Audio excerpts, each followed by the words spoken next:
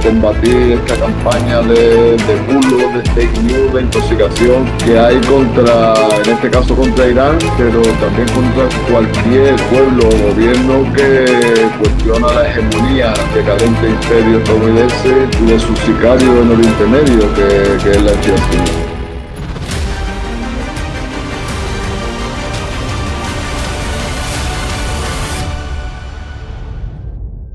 Hola, ¿qué tal? ¿Cómo están ustedes, amigos? Soy Suhail Azad y estamos en Irán al aire para continuar hablando de Irán desde adentro, como vinimos diciendo desde el comienzo de este programa.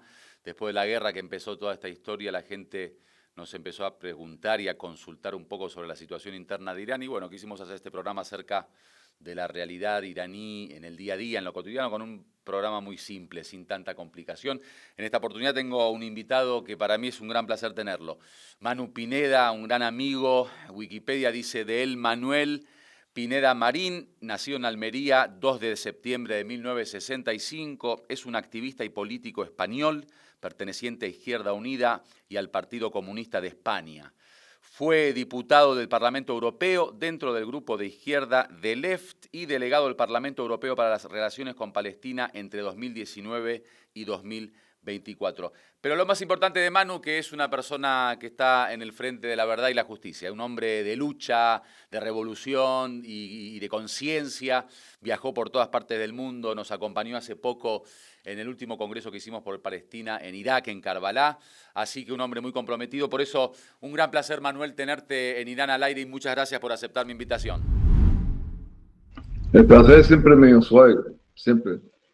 Bueno, Manuel, estamos hablando de Irán. Lo que me interesa en este canal es que la gente pueda escuchar un poquito acerca de esta parte del mundo que está tan candente toda su situación y constantemente es noticia en la prensa internacional y que desgraciadamente no tan justa es la voz que aparece en los medios de comunicación a nivel global acerca de Irán y su realidad.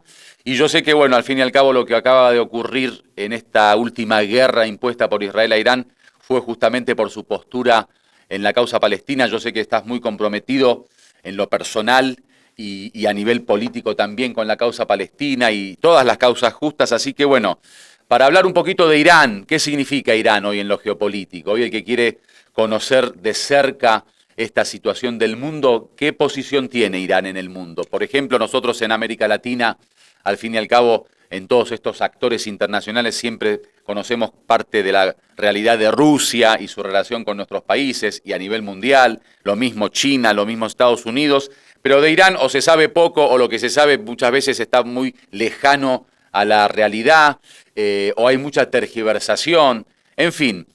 ¿Cómo podemos definir Irán hoy en día geopolíticamente, Manu? Sí, bueno, Suhail, lo primero que quiero es felicitarte por esta iniciativa. Creo que precisamente para combatir la campaña de intoxicación, de desinformación que hay sobre Irán y sobre cualquier país, cualquier gobierno que cuestione la hegemonía de Estados Unidos y que haga frente a su sicario en Oriente Medio, que es la entidad sionista, genocida, terrorista y colonial israelí, pues es fundamental el trabajo que hacéis vosotros para combatir toda esa campaña de desintoxicación. Gracias. Irán en Europa, yo te puedo hablar especialmente en España, pero también en Europa, porque como has dicho, he sido parlamentario europeo, he tenido la oportunidad de poder percibir, oler lo que se respira en otros ambientes de Europa. Irán es un gran desconocido y la información o el relato, más que información, que nos llega sobre Irán es absolutamente negativo. O sea, es prácticamente, bueno, Irán y Venezuela pues son los grandes males del mundo. Bueno, ahora también y Rusia, ¿no? Son como los tres enemigos del mundo. Ten en cuenta que Europa en la práctica es una colonia de Estados Unidos. Te pongo algunos ejemplos. En Europa es imposible ver televisiones como RT o como Sputnik o incluso acceder a sus canales de Telegram porque están prohibidos porque combaten la campaña de aquellos mercenarios periodistas que trabajan para la OTAN, que trabajan para Estados Unidos, que trabajan para ese sistema que quiere dominar, que quiere tener un gendarme global en el mundo. Entonces, esta es la imagen que había de forma casi hegemónica en Europa. La barbaridad de la última fase del genocidio, la actual fase del genocidio de la entidad sionista contra el pueblo palestino en la Franja de Gaza y su ataque a Irán, a eso que se abran algunos ojos, a eso que alguna gente que había comprado ese relato de que Irán era la reencarnación del mal, pues se dé cuenta de que Irán es quien está haciendo frente a Israel en la zona. Desgraciadamente, y lo tengo que decir con todo el dolor de mi corazón, desgraciadamente la mayoría de los países árabes, especialmente las monarquías feudales del Golfo, pero también podríamos hablar de Egipto, podríamos hablar de Jordania y de otros países árabes, de Marruecos, que lo tenemos aquí al lado, pues están siendo aliados en algunos casos implícitos o tácitos, en otros casos absolutamente claros y explícitos de la entidad sionista. Podemos ver cómo todos estos países de gobiernos sunitas, pues no están defendiendo al pueblo palestino, que es un pueblo también sunita, sino que es Irán, es Yemen, es Hezbollah en Líbano, son las organizaciones del eje de resistencia que son prácticamente todas o casi todas chiitas, las que están haciendo frente a Israel. Y eso lo está percibiendo la gente. Hoy lo está percibiendo más que hace 3 meses. Hace 3 meses tú no podías hablar de Irán en Europa. Tú hablabas de Irán en Europa y era prácticamente un salvaje que estaba a favor de que lapidaran a las mujeres por no ponerse el velo o de, en fin, un relato terrible. Hoy, afortunadamente, se van abriendo ojos y desgraciadamente se van abriendo estos ojos porque Irán ha sido agredido por Israel y por su patrocinador, que es Estados Unidos. ¿Vos crees que culturalmente hay una cuestión ideológica, digamos, dentro del Islam chiita, en este caso la versión chiita, sobre la revolución, el levantamiento, el no aceptar la injusticia, el estar al lado del oprimido, el apoyar a los desposeídos?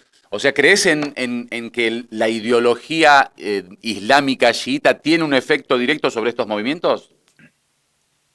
Mira, Suhaib, tú sabes que yo no soy una persona religiosa, mi ámbito de actuación es político y estoy intentando formarme en distintas corrientes filosóficas, corrientes de pensamiento y, por supuesto, yo que he vivido en la Franja de Gaza, que tengo un hermanamiento con el pueblo palestino, mayoritariamente musulmán y dentro del musulmán, sunita, pues me lleva a estudiar y a buscar las diferencias, más por conocimiento que por querer ahondar en ellas, ¿no? Porque la verdad es que creo que en muchos casos esas diferencias que deberían de verse con naturalidad, cada uno puede procesar la religión que considera oportuno y dentro de la religión la corriente que vea oportuna, pues creo que esas diferencias y los enfrentamientos que conllevan son inspirados o impulsados desde el exterior para evitar que los pueblos árabes y musulmanes puedan cooperar entre sí. Ahora, una vez explicado o reconocido mi desconocimiento sobre la profundidad de la religión musulmana y dentro de ella las corrientes chiitas, sunitas, así como la alawí o otras corrientes. Tengo que decirte que entre otras cosas, por los viajes recientes que he hecho a Irak, a Kerbala, el contacto con musulmanes, no solo por mi vivencia en Palestina, sino por mi pertenencia a la campaña global, por el retorno. Tengo que decir que sí creo que hay algo de eso. Sí creo que hay como desde el mundo chiita una concepción de lucha por la justicia, de reverdía frente a un poder corrupto, de no aceptar las imposiciones de los poderosos. En este caso, podríamos estar hablando como poderosos del imperio que es Estados Unidos, o de Israel, que es su portaaviones en la zona, pero también podríamos estar hablando de los poderosos cuando hablamos de la familia que gobierna Arabia Saudí, o de todos los países satélites como Emiratos, como Bahrein, que es un gobierno que tiene un gobierno no solamente lacayo de Israel y de Estados Unidos, sino un gobierno que no representa a su pueblo, que su pueblo ha intentado cambiarlo porque no lo representa, pues, y que ellos se han impuesto a base de cortar cabezas, ¿no?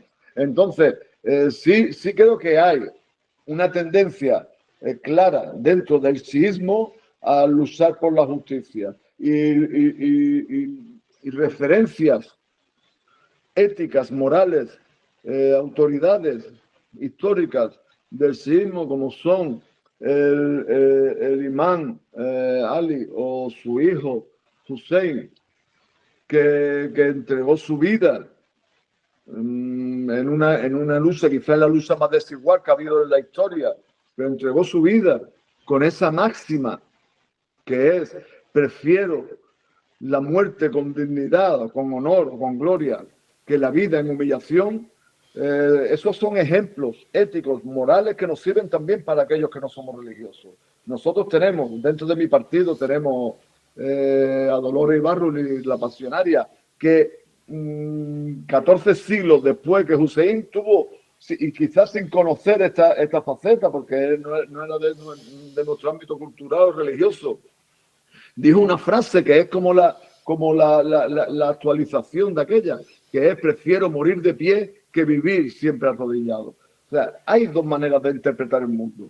Y en este caso se están viendo claras. En el caso de la operación de exterminio de Israel contra el pueblo palestino, especialmente en la Franja de Gaza, pero no solo en la Franja de Gaza, en Cisjordania, en Jerusalén Este, o cómo se está expandiendo en lo que ellos llaman el Gran Israel, que es un proyecto que tiene ya 130 años, un proyecto del primer Congreso Sionista Mundial allá por 1897, ¿no?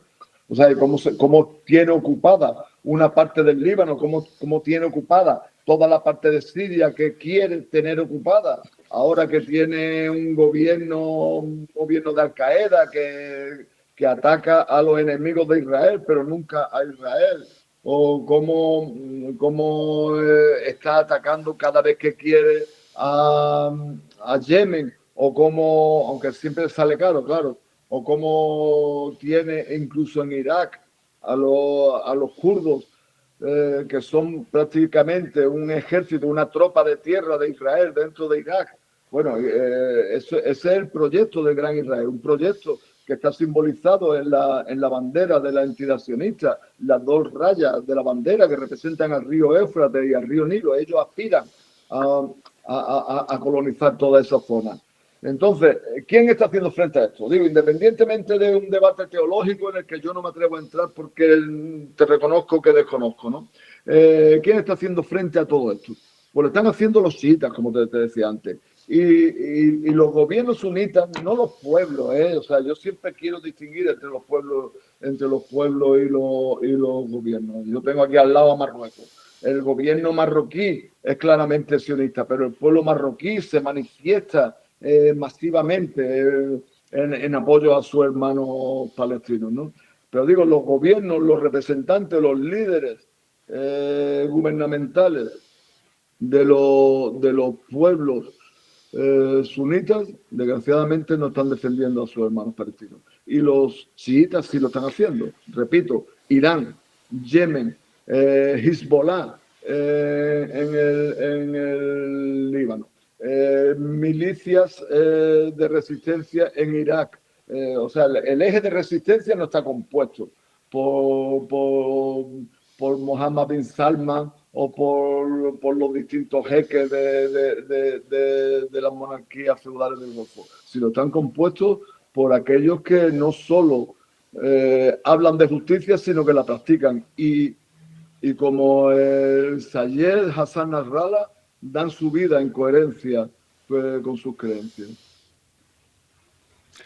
Perfecto, Manuel. Yo obviamente no quise abrir un debate religioso porque no me interesa en este sentido hablar del fenómeno religioso en sí. Lo que quería hacer hincapié es que cuán efecto puede tener una corriente o un tipo de interpretación religiosa como lo de la escuela chiita en materia de justicia y unirnos en un proyecto que no es religioso, porque yo creo que la cuestión palestina hoy es una cuestión humana, o sea, no hay que ser ni sunita, ni chiita, ni cristiano, ni musulmán para conocer cuál es, digamos, la postura que tenemos que tener frente a una opresión como la israelí, a una ocupación como la sionista y a una ideología genocidia como lo es Israel.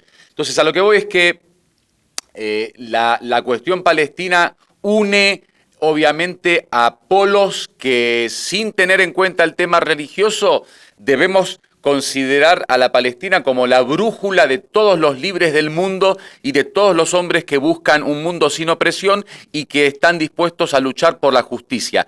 Y a eso me refería, que bueno, vos como gente de izquierda, yo como musulmán chiita y el libanés desde su postura, o sea, todos nos une una causa humana que no tiene límites geográficos, ni ideológicos, ni religiosos, por un lado. Entonces, a lo que voy es esto, ahora Irán que está como conduciendo esta caravana de hombres justos en pro de acabar con la opresión del Estado de Israel en la causa palestina, ¿cuán posible es empezar a ver un Irán que realmente pueda lavar su cara frente a la prensa internacional por parte de gente como vos? O sea, que un europeo salga hoy a decir, muchachos, los que nos mintieron acerca de Irán durante 40 años no es así, y yo salgo a defenderla. ¿Ves posibilidad de que Irán realmente logre una nueva imagen en esta posguerra que sirvió mucho para que la gente abran los ojos y digan, la verdad, estamos frente a un Irán que no nos habían dicho en la prensa?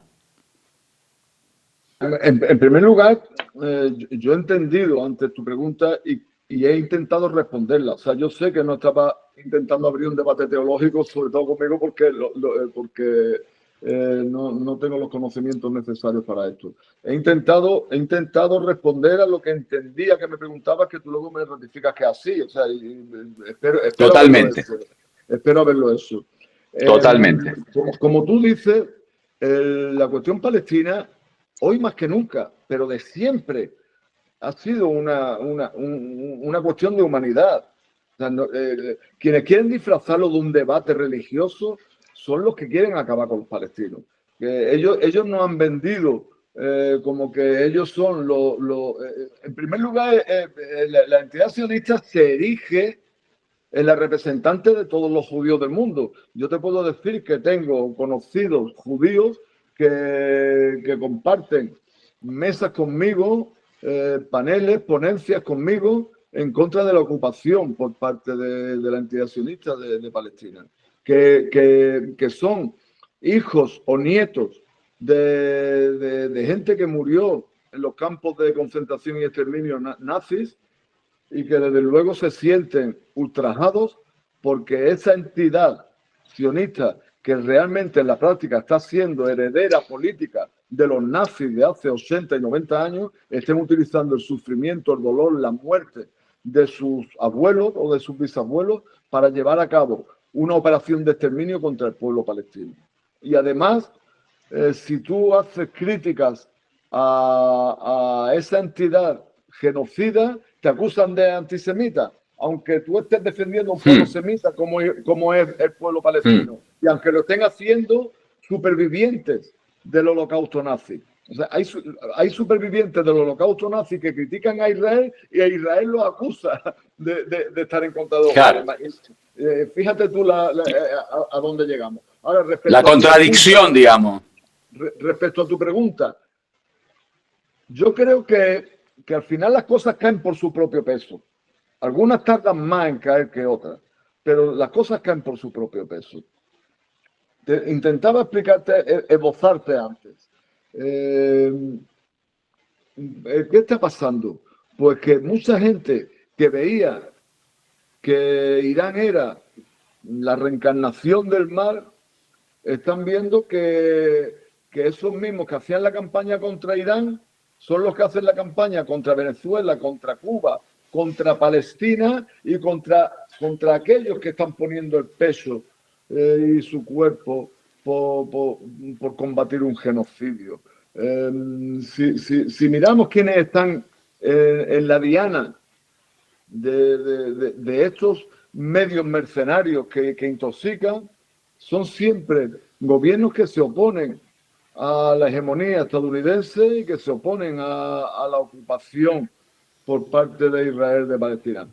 También te quiero decir, porque no quiero que se me malinterprete, con esto no quiero justificar, que además no me corresponde ni justificar ni nada,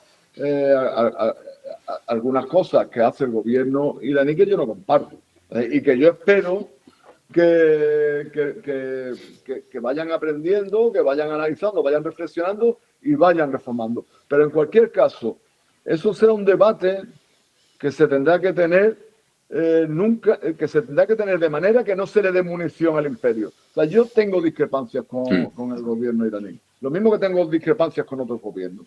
Pero yo, desde luego, no voy a darle nunca munición a los que quieren acabar con Irán, no por esos errores, que en mi opinión son errores, sino por su acierto. Cuando Estados Unidos o Israel o la Unión Europea como colonia estadounidense impone sanciones a Irán, no lo hace porque esté defendiendo los derechos de la mujer iraní.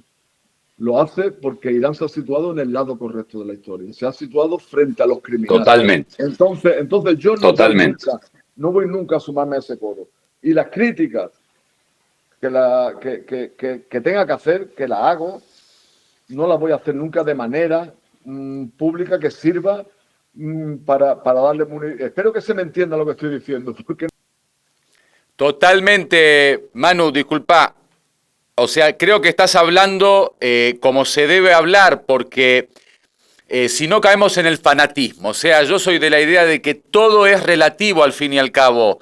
No estamos hablando del bien absoluto frente al mal absoluto, ni que nosotros somos los santos y los otros son los satanes. Estamos hablando de dos cuestiones que son específicas. Hay una causa en donde el opresor y el oprimido se conocen y hay que estar o con uno o con otro. El que está con el opresor está en el lado equivocado y el que está con el oprimido está en el lado correcto. Y el que está con el oprimido tiene que salir a defenderlo y atacar al otro. O sea, y eso es lo que se entiende, y sacando el tema, como dijiste, del accionar del gobierno iraní, que puede tener miles de errores, no uno o dos, no importa. Pero estamos hablando de la postura, y eso me interesa de tu discurso.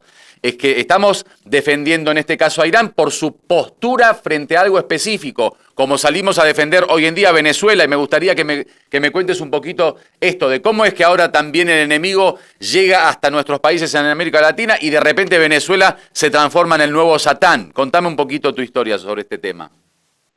Bueno, primero sobre lo anterior, digo, una referencia a un arzobispo sudafricano, Desmond Tutu, que dijo que quien es neutral en situaciones de injusticia se ha situado del lado del opresor. O sea, cuando en una situación como la que estamos viviendo, uno no puede ser neutral. O sea, tú no te puedes sentar en dos sillas. Tú no puedes decir, no estoy ni con uno ni con otro, no soy equidistante, estoy en medio. Si te sientas en medio de dos sillas, te sientas en el suelo. O sea, en ese a mí no me van a pillar nunca. Yo sé siempre dónde estoy.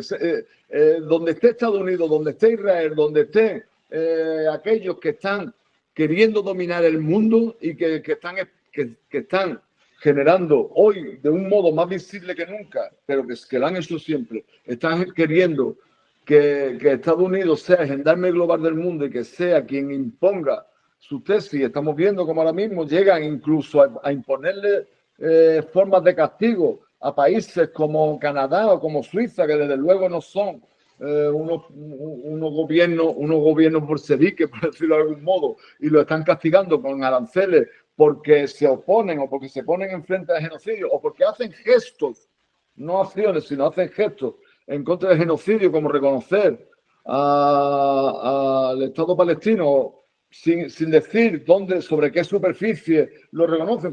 A mí me gustaría que alguien me aclarara cuando hablan de que reconocen al Estado palestino, si no están reconociendo a un Estado difunto, si no están reconociendo a un Estado al que están permitiendo que dejen sin superficie donde tener ese Estado. El Estado palestino los territorios históricos palestinos van desde el río Jordán hasta el mar Mediterráneo. Y tenemos que defender a Palestina en ese territorio. Pero es que ya ni siquiera en las fronteras del 67 existen, porque la entidad sionista se ha comido la totalidad del territorio palestino. Entonces, vamos a pasar de la política de gestos a la política de acciones. Vamos a romper relaciones ya con esa entidad sionista. Relaciones diplomáticas, comerciales, financieras y sobre todo de colaboración militar. Vamos a decretar un embargo de armas hacia esa banda terrorista de Tel Aviv. Vamos a hacer esas cosas. Ahora,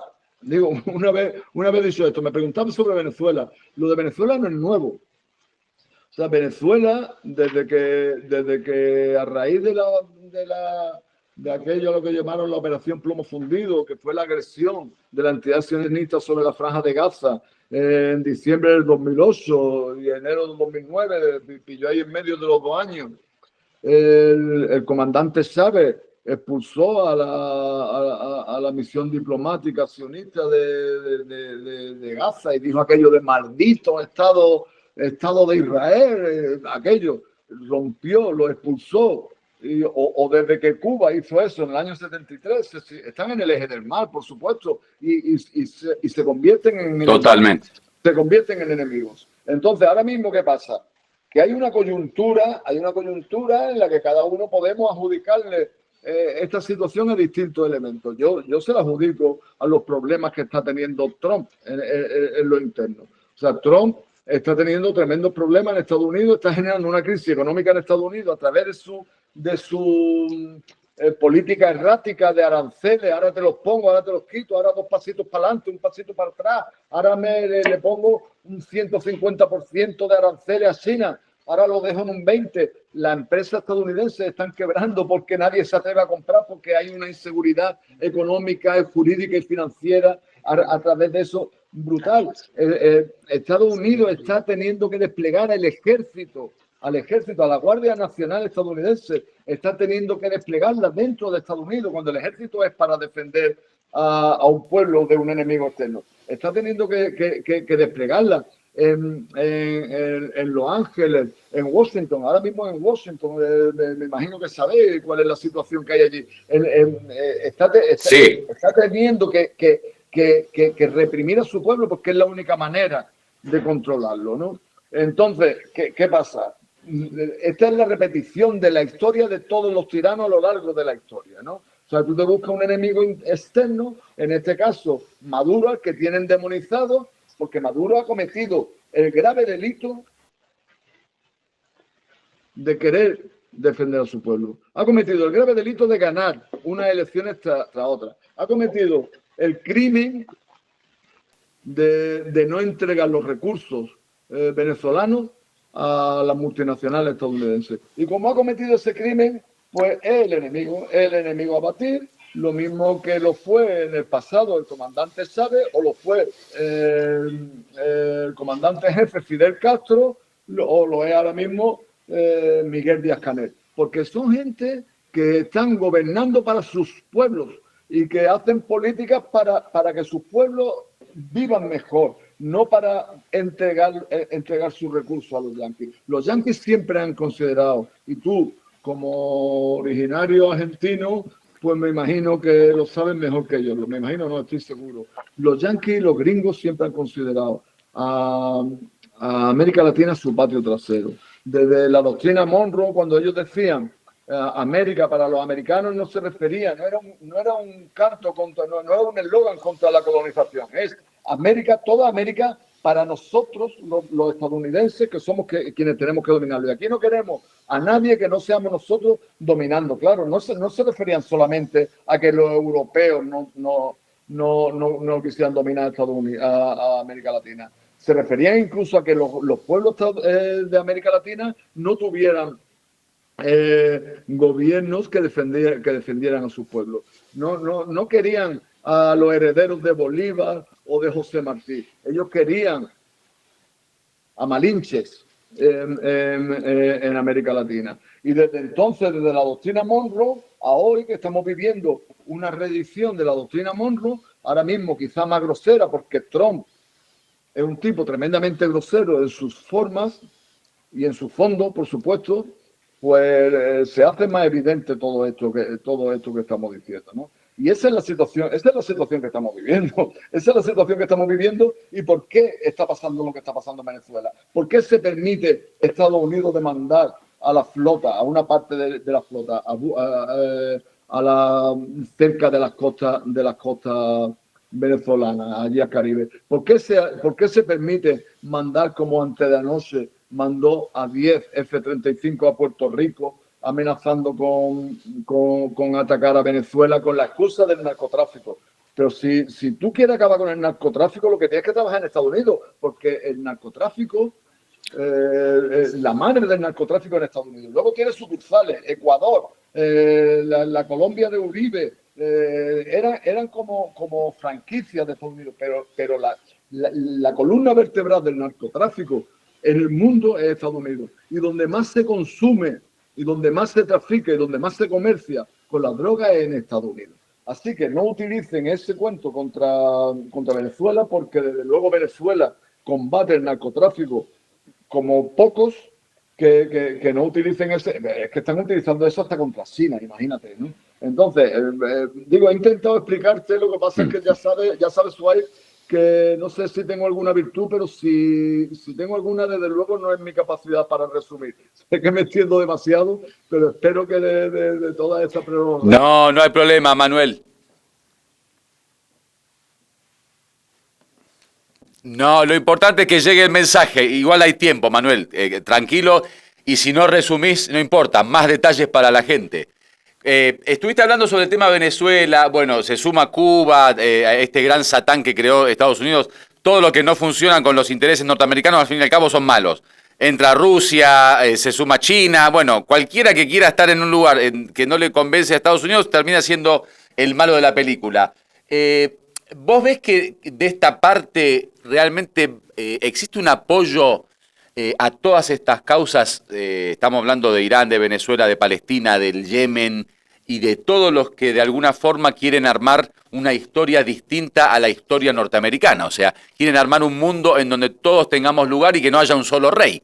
Quieren armar un futuro para las próximas generaciones en donde todos puedan utilizar sus propios medios, sus propias, digamos, riquezas para sus pueblos, para que la gente viva en paz y viva en justicia. ¿Cuánto se puede creer en el triunfo o la victoria de este frente? Porque son años y años de lucha. Yo me acuerdo una vez estaba hablando con una persona en Perú, en el Cusco, que me dijo: nosotros estamos orgullosos de que hace 500 años luchamos en contra del imperialismo. Le digo, la verdad, una lucha que lleva 500 años, la verdad que a uno lo deja medio como desesperanzado. Digo, ¿hasta cuándo seguir luchando? Digo, ¿ves posible una victoria de este frente en algún momento, Manuel? Bueno, es que no hay alternativa a la victoria de este frente. O sea, la alternativa a que se instale en el mundo unas relaciones multipolares, multilaterales, basadas en el mutuo beneficio, basadas en el respeto a la soberanía y la independencia de los pueblos, basada en la fraternidad y la solidaridad. La alternativa a esto es el fin, no te diría solo el fin de la humanidad, no me quiero poner catastrofista, pero podríamos estar hablando hasta del fin del planeta. O sea, no hay alternativa, pero es que esa es la guerra real que hay ahora mismo. O sea, y desgraciadamente los pueblos están abriendo los ojos porque les está salpicando la sangre de los niños de la Franja de Gaza. Y eso está haciendo abrir los ojos, ¿no? O sea, gente que hasta hace poco pues se tragaban todo el relato, como hablábamos antes, ahora mismo están viendo, hombre, que a mí me pueden contar lo que quieran, pero es que yo estoy viendo a los niños muriéndose de hambre, o es que estoy viendo cómo están quemando vivas a familias en las tiendas de campaña de la Franja de Gaza. Y eso está haciendo que haya una alianza internacional frente a ese poder hegemónico decadente. O sea, y yo querría centralizarlo en los BRICS o en los BRICS Plus, que es lo que hay ahora mismo, pero además que tiene que ir creciendo más todavía, ¿no? O sea, como te decía, esa es la guerra. La guerra es un mundo en el que haya un gendarme global que lo decida todo y los demás seamos súbditos del emperador y no nos atrevamos a decir que el emperador va desnudo, o un mundo en el que nos relacionemos mirándonos a los ojos, mirándonos en horizontal, no que alguien nos mire de arriba abajo. Ese es el debate. Y las relaciones que hay dentro de los BRICS no son relaciones ideológicas. O sea, ideológicamente, Irán y China tienen poco que ver. Ideológicamente, Sudáfrica y no sé quién decirte, y la India tienen poco que ver, ¿no? Ahí la relación, la alianza esta es simplemente en defensa de la soberanía. Una alianza para cuestionar la hegemonía de ese imperio decadente.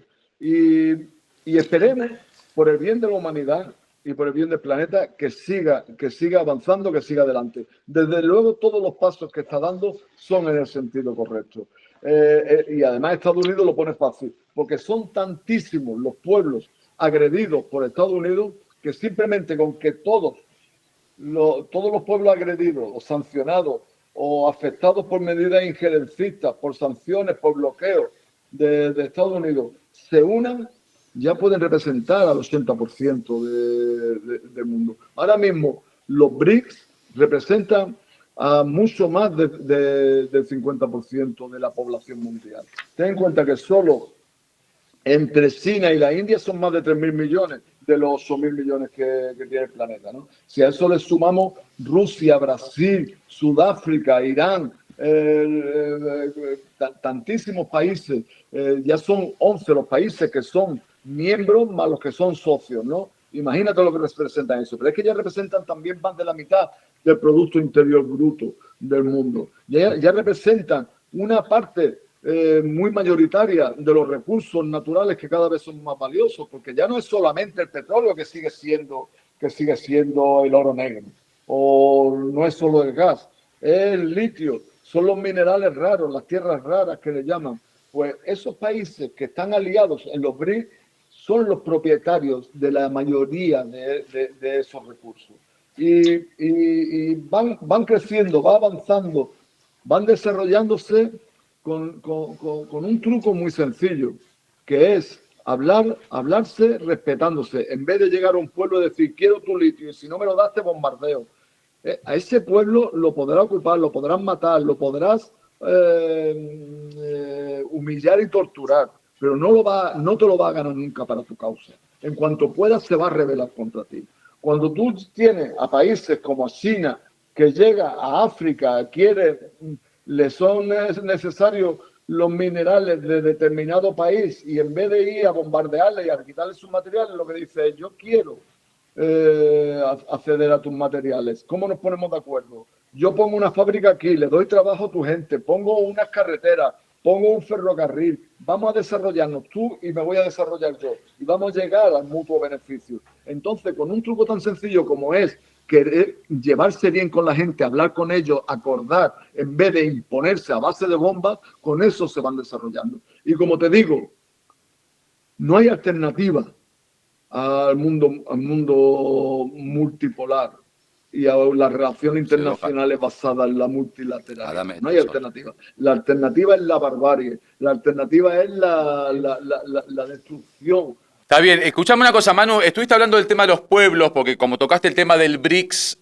yo quiero como formular una cuestión que quede como lema.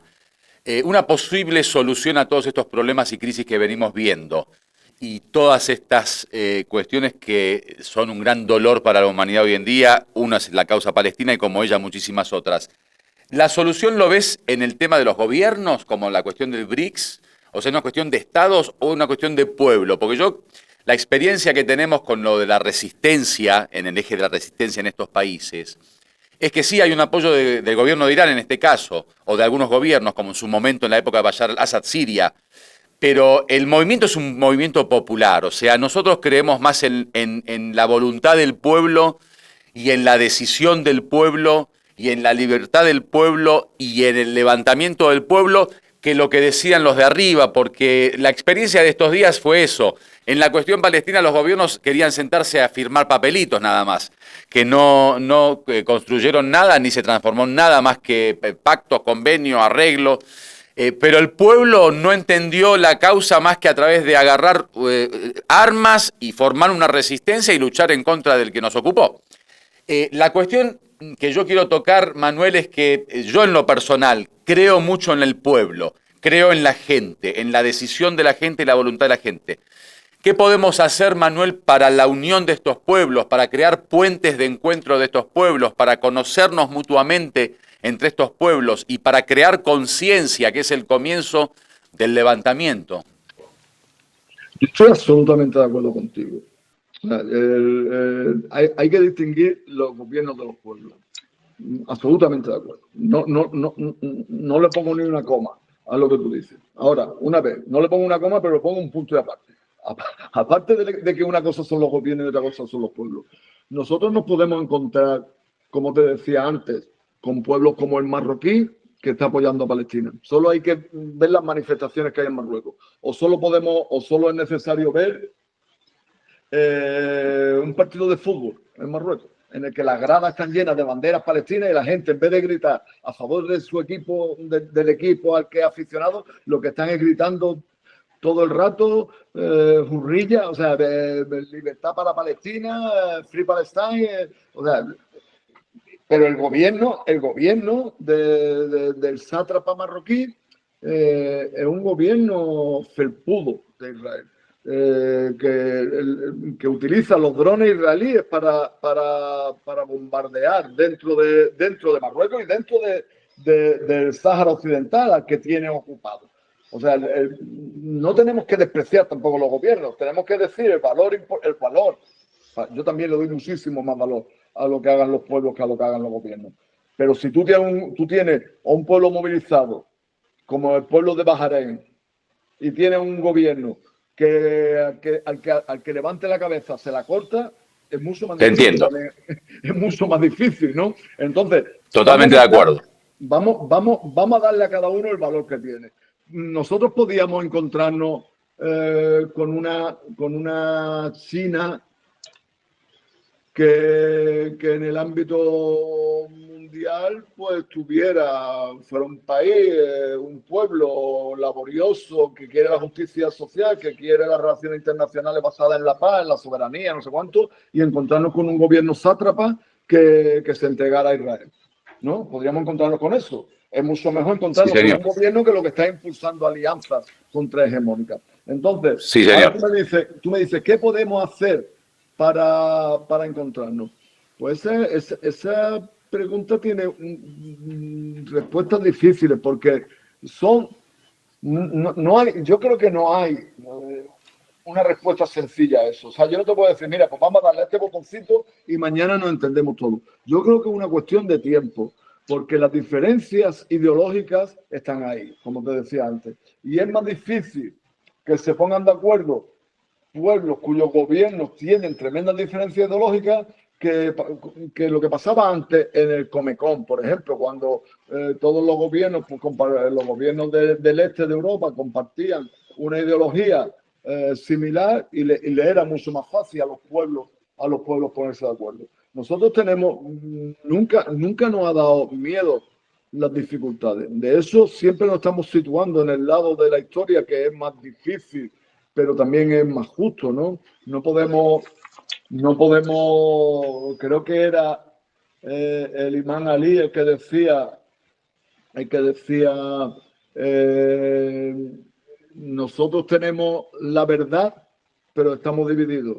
Ellos tienen la falsedad, pero están unidos. Nosotros Totalmente. no podemos estar en eso, no podemos estar siempre, bueno, tenemos la verdad, estamos peleando entre nosotros, pero tenemos la verdad. No, tenemos que ir avanzando hacia la unidad, porque sin la unidad, si no avanzamos en unidad, si no somos capaces de superar esas diferencias ideológicas y ver lo que nos une, entonces estamos condenados a que nos maten por separado. Entonces vamos a ir trabajando. Ahora mismo los BRICS, yo creo que dan pasos lentos, pero firmes. O sea, el gran desafío inmediato que tienen los BRICS es quitarle a Estados Unidos este arma poderosa que tiene con el peso del dólar en las relaciones comerciales. Porque lo está utilizando para imponerle sanciones a Irán, para unas sanciones que estáis sufriendo el pueblo iraní tremendamente. O sea, ellos utilizan ese arma que se le dio en base a unos acuerdos internacionales que no era para darle ese poder, sino era para acordar un modo de comercio internacional, y ellos lo están utilizando para perseguir, para castigar a los pueblos que tienen unos gobiernos que no bailan la música que les toca los Estados Unidos. Bueno, pues no es fácil.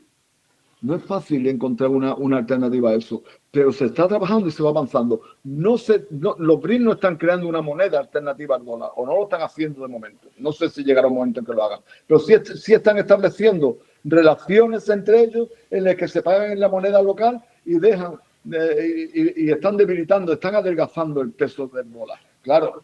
Estados Unidos se vuelve loco con eso, le explota la cabeza. Bueno, que le explote la cabeza, pero se va avanzando lentamente, quizás no al nivel que quisiéramos. A mí me gustaría que hubiera una alianza militar también entre los BRICS. Digo, eso creo que es necesario, en mi opinión, en mi modesta y personal opinión. No hablo ahora mismo en nombre de nadie, hablo en mi nombre personal, ¿no? Creo que sería muy beneficioso que hubiera una alianza entre los BRICS que se defendieran entre ellos, que si Irán forma parte de los BRICS e Israel o Estados Unidos ataca a Irán, el conjunto de los BRICS defendieran a Israel, que si Estados Unidos ataca a Venezuela, amenaza a Venezuela y Venezuela fuera miembro de los BRICS, el conjunto de los BRICS defendieran a Venezuela. O sea, me gustaría que eso fuera así. No está siendo así de momento. No descarto que llegue a ser así en algún momento, pero esta noche pasada ya ha habido unas primeras maniobras entre países de los BRICS en Sudáfrica. Bueno, están habiendo maniobras militares. ¿Eso supone una alianza estable militar? Pues no, pero se van dando pasitos. Y siempre que tú vayas andando en el sentido correcto, aunque sea lentamente, tenemos que tener paciencia. Eso nos lo han enseñado todos los pensadores clásicos de distintas tendencias políticas e ideológicas. Tenemos que tener paciencia. Nada fructífero se hace enseguida. Una comida buena se hace a fuego lento. tú a fuego rápido metiendo el fuego a algo, no puedes hacer una hamburguesa de esa para quitarte el hambre. Pero eso desde luego no es una comida deseable. La comida deseable, la comida sabrosa, la comida que te alimenta, se hace a fuego lento. Bueno, pues yo creo que esta alianza se está haciendo a fuego lento. Y quizá por necesidad o por defensa propia no nos queda más remedio que ser optimistas en que esto vaya avanzando en el sentido correcto. Está bien. Manuel, volviendo un poquito al tema de Irán, y ahora que estuvimos hablando de esto de los pueblos y los gobiernos, que yo creo que la fórmula ideal sería cuando se ponen de acuerdo los gobiernos con sus pueblos, qué sé yo. Digo, que los dos tengan la misma voluntad y que los dos se dirigen hacia un mismo objetivo. Sería ideal. Yo creo que en Irán parte de eso lo estamos viendo. Hay un gobierno revolucionario con un pueblo revolucionario. O sea, es un pueblo revolucionario que creó una revolución y que creó la República Islámica. Para mí que es tan lógico todo esto, ¿no? Y la voluntad revolucionaria y el accionar revolucionario y los objetivos y los ideales. Digo, ¿cuál es la causa de que la gran mayoría están del otro lado en esto de la posición histórica de la cual venías hablando? Si es tan lógico todo nuestro discurso, Manuel, si es tan claro todo y supuestamente nosotros estamos del lado de la verdad y la justicia, ¿por qué entonces una gran mayoría del mundo está del otro lado? ¿Qué es lo que pasa? ¿Cuál es su digamos, forma de explicar su postura? ¿Cómo lo explican? Yo en primer lugar te cuestiono que la inmensa mayoría del mundo esté del otro lado. O sea, los que están del otro lado son Estados Unidos y sus países satélites, pero eso no representan a la gran mayoría del mundo. Representan a los que se consideran que son el centro del mundo. Ellos se creen que son el mundo, ¿no? Ellos deciden que el mundo gira alrededor de Estados Unidos, pero luego el planeta gira en torno a un eje que no tiene nada que ver con Estados Unidos, ¿no? O sea, ellos no representan más que una minoría del mundo y a una minoría de las riquezas naturales del mundo. Lo que sí tienen es un gran poderío militar, porque mientras que otros pueblos han invertido en formación, en educación, en calidad de vida para la gente, sobre todo para la gente más desfavorecida de sus pueblos, pues ellos han invertido en armamento. Pero tú te estás encontrando con que ellos tienen unos F-35 que son, no sé, le dan miedo. O sea, tuvimos oportunidad de verlos muy de cerca en los funerales de Narrala, como nos pasaron por encima ayer en el estadio. O sea, es verdad que dan miedo, pero ellos tienen a millones de estadounidenses viviendo en las calles porque no tienen para pagarse una vivienda, o muriéndose porque no tienen una tarjeta de crédito para pagar un tratamiento médico. Tú en Estados Unidos tienes un cáncer y te vas a la ruina, porque o te dejan morir, o si quieres un tratamiento médico tienes que hipotecar tu vivienda, venderla para poder pagar el tratamiento médico. Mientras que en otros pueblos, en vez de gastarse el dinero en F-35, se la han gastado en medicamentos. ¿Vale? O sea, no, bueno, me he ido de la pregunta. No sé al final qué es lo que me había preguntado. Lo que te preguntaba, Manuel, es que al fin y al cabo nosotros vemos que la mayoría del mundo, yo te digo que no es la mayoría del mundo. Ahora, sí es verdad que en los pueblos occidentales la verdad tiene cada vez menos importancia. Claro. La realidad. O sea, a ti te llega ahora mismo, o sea, te voy a decir cosas que te va a costar trabajo creer, Suárez. De verdad, estoy seguro que te va a costar trabajo creer. Pero en España, no te voy a hablar ya de Estados Unidos o de no sé qué. En España, en mi país, hay gente que se negaban a ponerse, pero de gente no te hablo tres locos. Había una corriente de opinión que se negaban a ponerse las vacunas contra la COVID porque decían que al ponerte la vacuna el gobierno socialcomunista de España te metían un chip 5G chino y que a partir de que te ponían la vacuna te iban a controlar los chinos desde un mando de distancia, ¿no? Aquí eso te garantizo que es así. Sé que te va a costar creerlo, pero eso está pasando. Eso está pasando en España. En España está pasando que hay gente, no poca, tampoco, hombre, no te voy a decir que sean mayoría, afortunadamente, ¿no? Pero no son cuatro locos que defienden que la Tierra es plana, o sea, que cuestionan que la Tierra sea esférica, ¿no?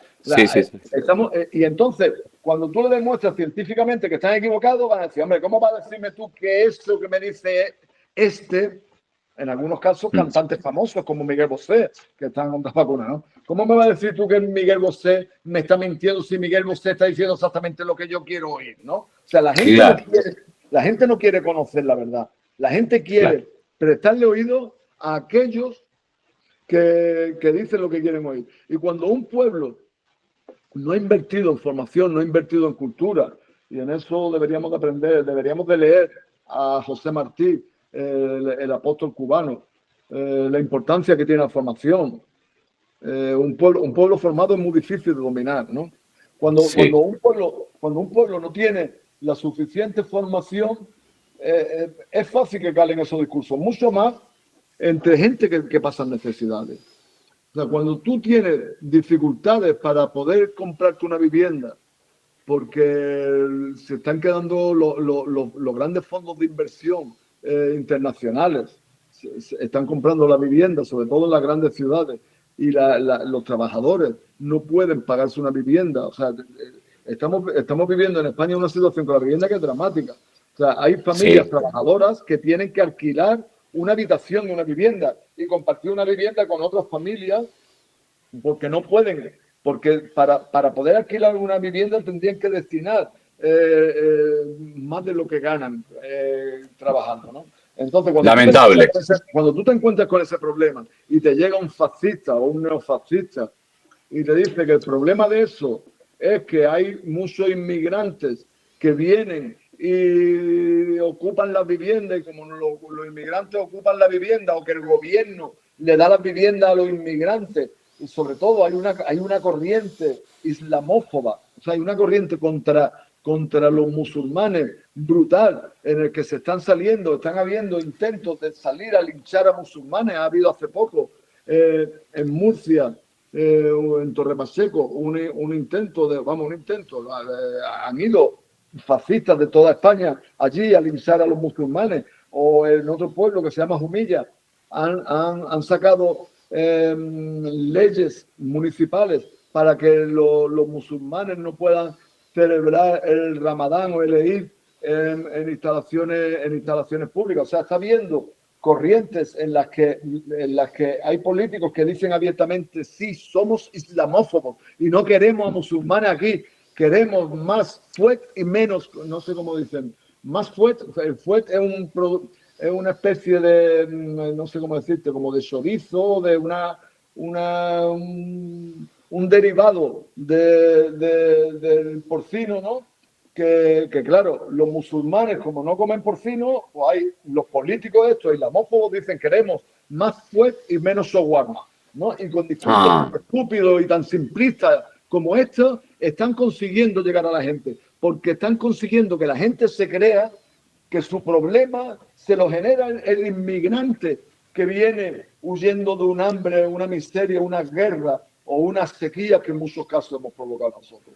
Y hacen que nos peleemos los de la planta baja con los del sótano. Y así, mientras que nos peleamos, los trabajadores de aquí con los trabajadores que vienen de fuera, que están todavía peor que nosotros, no nos damos cuenta que el que nos explota, el generador de nuestro sufrimiento, del nuestro y del de abajo, vive en el ático. Mi enemigo no es un inmigrante. Mi enemigo es el gran propietario que privatiza la sanidad, que privatiza la educación, que está intentando que mi hijo no puedan ir a la universidad, porque la universidad tiene que ser para los hijos de la familia adinerada y no para los hijos de la familia trabajadora, y que la vivienda es un lujo y que a ese lujo solo tendrá que tener acceso aquel que se lo pueda pagar. La vivienda para esa gente no es un derecho. Bueno, pues el que tiene ese discurso es mi enemigo. Y el fascista que quiere que yo mire al inmigrante en vez de a ese, lo que es un lacayo, un servidor, un vasallo que defiende los intereses de aquel que está generándome sufrimiento a mí y al que está debajo. Perfecto. Manuel, con respecto al tema de los gobiernos y esto del BRICS, porque bueno, al fin y al cabo, todas estas posibles alianzas que se pueden dar, y vos estuviste hablando hasta la posibilidad de que en algún momento se pueda dar algo ya a nivel militar y de seguridad, requiere que los gobiernos permanezcan. Y una de estas historias que se está contando mucho y se está repitiendo mucho en la retórica occidental de los medios de comunicación, es justamente que, bueno, hay que derrocar al gobierno de Irán o al sistema iraní, hay que derrocar a Maduro y al sistema Venezuela. ¿Cuán posible es que se mantenga esta línea de gobiernos en Irán, en Venezuela, en este momento en el Yemen también? ¿Y cuánta posibilidad hay que no, que realmente eso se transforme en una guerra de acabar con el gobierno, acabar con el sistema, acabar con el Estado? Mira, yo te puedo hablar en algunos casos con conocimiento propio. Yo conozco en profundidad, por innumerables visitas a Venezuela, conozco en profundidad el apoyo popular que tiene el gobierno venezolano, porque lo he visto con mi ojo, no me lo ha contado nadie, sí. ¿No? Lo he visto con mi ojo. He visto cómo la derecha cipaya, no sé, la extrema derecha neofascista, representada hoy por María Corina Machado y el inmundo, no sé cómo se llama, Inmundo González o algo así, convocaban manifestaciones y no iba nadie a las manifestaciones, y la convocaba el presidente Maduro, convocaba manifestaciones y iban centenares de miles de personas. O sea, eso lo he visto yo, no me lo ha contado nada. Sí, sí, sí. A Venezuela podrán llegar y bombardearla, pero nunca se van a ganar el afecto del pueblo. Uh-huh. En Irán yo hablo de oídas, hablo pues de escucharte a ti, de escuchar a compañeros, amigos, a gente a la que considero muy rigurosa, y la información que tengo es de segunda mano. No he tenido, desgraciadamente no he tenido todavía oportunidad de visitar Irán, espero tener oportunidad más temprano que tarde. Pero la sensación que yo tengo, que puede estar sometida a todo el porcentaje de error que queramos aplicarle, es que una parte de la población que estaba abiertamente en contra del gobierno de la República Islámica de Irán, después de la agresión israelí-estadounidense, después de la guerra de los 12 días, donde han visto que el enemigo pega dentelladas fuertes y mata a científicos, mata a mujeres, a niños, a civiles que viven en su casa y que no agreden a nadie, que lo que quieren es que lo dejen de vivir en paz y de decidir su destino. Y si se equivocan apoyando al gobierno iraní, que sea el tiempo quien le rectifique, no las bombas estadounidenses, ¿no? Porque Estados Unidos considera que todo el que vote o todo el que elija un gobierno que no sea títere suyo se está equivocando. Y los venezolanos se equivocan votando a Maduro, los iraníes se equivocan votando al gobierno iraní, y en fin, los palestinos se equivocaron votando a Hamas, y todo el que no vote lo que le diga a Estados Unidos, pues se equivoca. Bueno, pues yo creo que una parte importante del pueblo que, digamos, no simpatizaba con el gobierno, hoy se ha cohesionado en torno al gobierno, y yo tengo la sensación, digo, ya ahí digo, hablo con toda la reserva del mundo y con todo el respeto del mundo, y quiero que nada de lo que yo diga se considere una injerencia, porque desde luego no es mi intención, ¿no?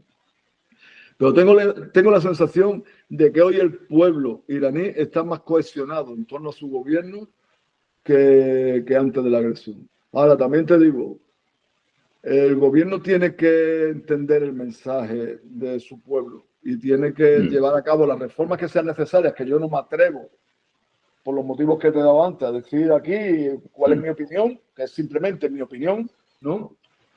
Pero el gobierno tiene que llevar a cabo las reformas que sean necesarias para que el pueblo no sienta que su gobierno es represor, sino que su gobierno lo representa y lo defiende.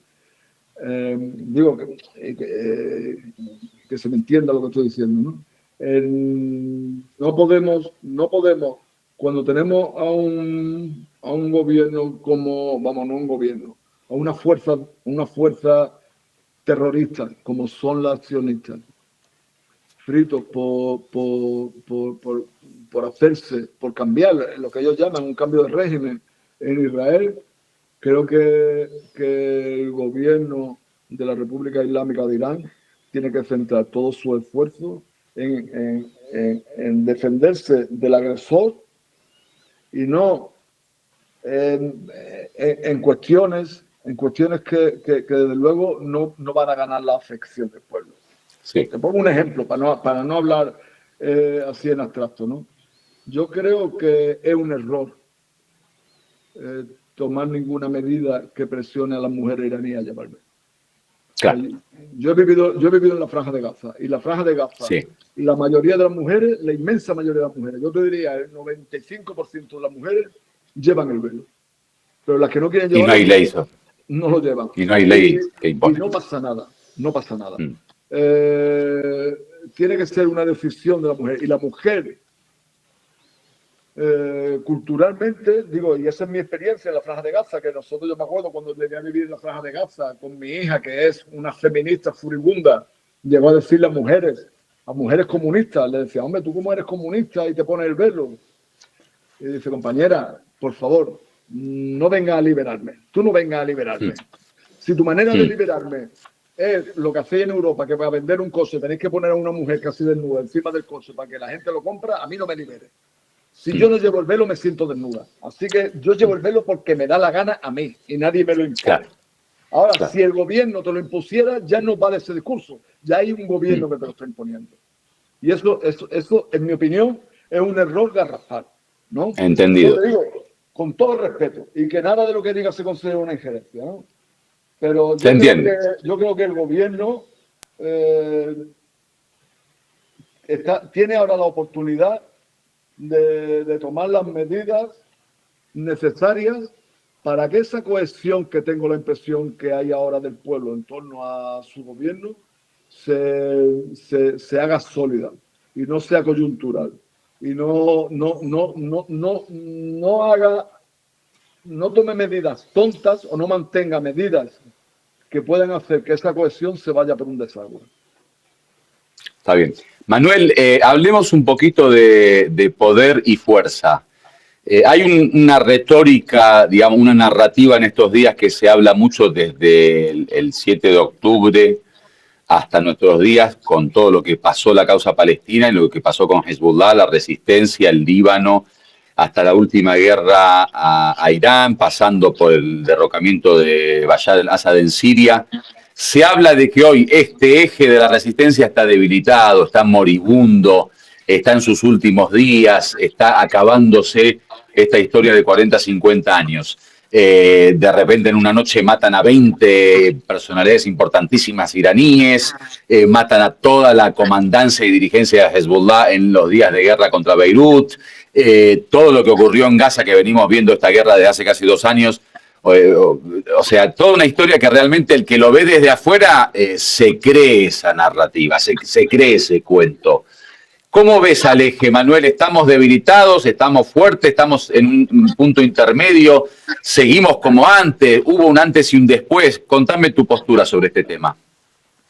Hombre, yo creo que han habido golpes duros. Golpes muy duros. O sea, el golpe contra Hezbollah, aquello de los busca primero, después el asesinato, el martirio de Sayed Nasrallah y de gran parte de la comandancia, han sido golpes duros que yo tengo desde la distancia geográfica. Ahora mismo, o sea, yo voy para Líbano la semana que viene, la semana que viene o la otra. Pero de la distancia geográfica, creo que hubo un momento de desconcierto brutal. O sea, porque yo desde lejos, para mí, cuando recibí la noticia del asesinato de Sayed Nasrallah, a mí me costaba creérmelo y era alguien que tenía geográficamente muy lejos, ¿no? Me imagino que para los libaneses, que lo tenían como una especie de padre, ¿no? O sea, pues sería un golpe brutal y que le generó que le temblaran las rodillas en algún momento. Yo también te digo, unos meses después, no me acuerdo exactamente la fecha, estuve en el funeral de Nasrallah. Y en un país que no sé si tiene una población de 4 millones de personas o algo así, ¿no? No lo sé con exactitud, pero en torno a 4 millones de personas habían en el funeral. Claro, en el estadio que estaba el funeral solo cabían 80.000 personas, pero en los alrededores del estadio había 1.400.000 personas. O sea, ese pueblo hizo ahí una demostración de fuerza y de lealtad a su resistencia que yo creo que el enemigo tomó nota. Ha habido golpes brutales. O sea, la caída del gobierno sirio y la toma del poder por parte de fuerzas afines al imperio, como es al-Jolani, un tipo ex-Daesh, un tipo de Al-Qaeda, que ha atentado siempre ha atentado contra los enemigos de Estados Unidos y de Israel, y nunca ha atentado contra los intereses de Estados Unidos y de Israel. Y ahora mismo tiene el poder. A mí todavía me cuesta trabajo entender, te lo digo con absoluta sinceridad, me cuesta trabajo entender cómo en pocos días se deshizo todo aquello, ¿no? Pues son golpes duros. Pero yo te hablo con la ventaja que me da el conocer en profundidad una parte del mundo árabe, ¿no? Que es la parte palestina, sobre todo la franja de Gaza. Tú puedes matar a todos los gazatíes. Y cuando mates a todos los gazatíes, vendrán los palestinos de fuera a seguir resistiendo. Tú podrás torturarlos, meterlos en las cárceles, podrás hacerle perrerías, pero nunca va a hacer que sean tuyos. Me digo no tú, Israel, ¿no? O sea, Israel y Estados Unidos. Sí. Ellos podrán hacer todo el daño que puedan, porque no saben hacer más que eso. Son perros rabiosos que lo que hacen es morder y hacer daño. Pero la batalla de la idea no la van a ganar nunca. Y esa es la batalla importante, porque tú me puedes ganar a mí militarmente, pero yo en cuanto me reponga me voy a levantar y te voy a arrancar la cabeza. Pero el día que tú me ganes ideológicamente y culturalmente, me ha hecho un siervo tuyo. Y yo no tengo ninguna duda de que el pueblo palestino, de que la mayoría del pueblo libanés, de que el pueblo yemení, de que el pueblo iraní, de que los pueblos que están poniendo el peso por la justicia y por la humanidad, eso no van a entregarse nunca al enemigo. Podrán tener victorias y derrotas militares, pero siempre van a saber quiénes son los suyos y sobre todo siempre van a saber quiénes son el enemigo y no se van a rendir nunca. No tengo ninguna duda. No estoy haciendo ahora mismo una oda falsa, farisea a la resistencia para levantar los ánimos. Te hablo claro. Desde una preocupación profunda por lo que están sufriendo nuestros pueblos hermanos, sobre todo nuestro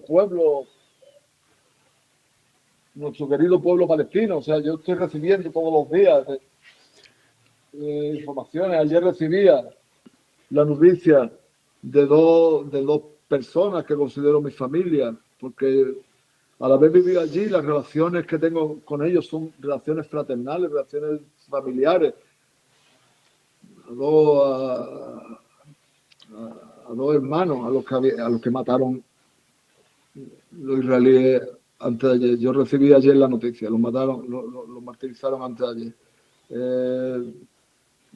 Varios días antes, a otros dos hermanos, a uno lo mataron y a otro lo dejaron malherido en las colas del hambre. O sea, están llegando a un nivel de sadismo tan brutal que citan a la gente para repartirle comida y en vez de repartirle comida, les reparten tiro y los matan. Y cuando tú sales, un padre, una madre, un chaval sale a por la harina para su familia, no sabe si va a traer harina o van a tener que entregarle el cuerpo mártir de su mismo. Están llegando a un nivel de sadismo que es difícil de creer si no fuera porque lo estamos viendo con nuestro.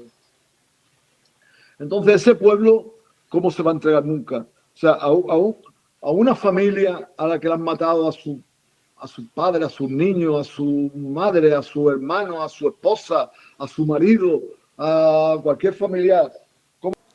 Bueno, yo les voy a pedir disculpas porque se cortó la comunicación. De repente ya no tengo más su voz y tampoco aparece su imagen en la pantalla, se cortó. Pero bueno, llegamos al final del programa igual, hace 1 hora y 20 minutos que estamos hablando con él, así que no hay problema. Lo que estaba planteado hablarlo en este programa se habló y llegó el mensaje, así que bueno, igualmente agradezco a Manuel, agradezco a todos ustedes por haber participado hasta este momento. Nos vemos la próxima, suscríbanse al canal, por favor, así seguimos creciendo con esta historia y seguimos dialogando y seguimos transmitiendo estas cuestiones que desde cerca podemos ver en Irán y con nuestra gente, nuestros invitados. Muchísimas gracias por la participación como siempre. Soy Suhail Asadi, esto es Irán al aire, hasta la próxima.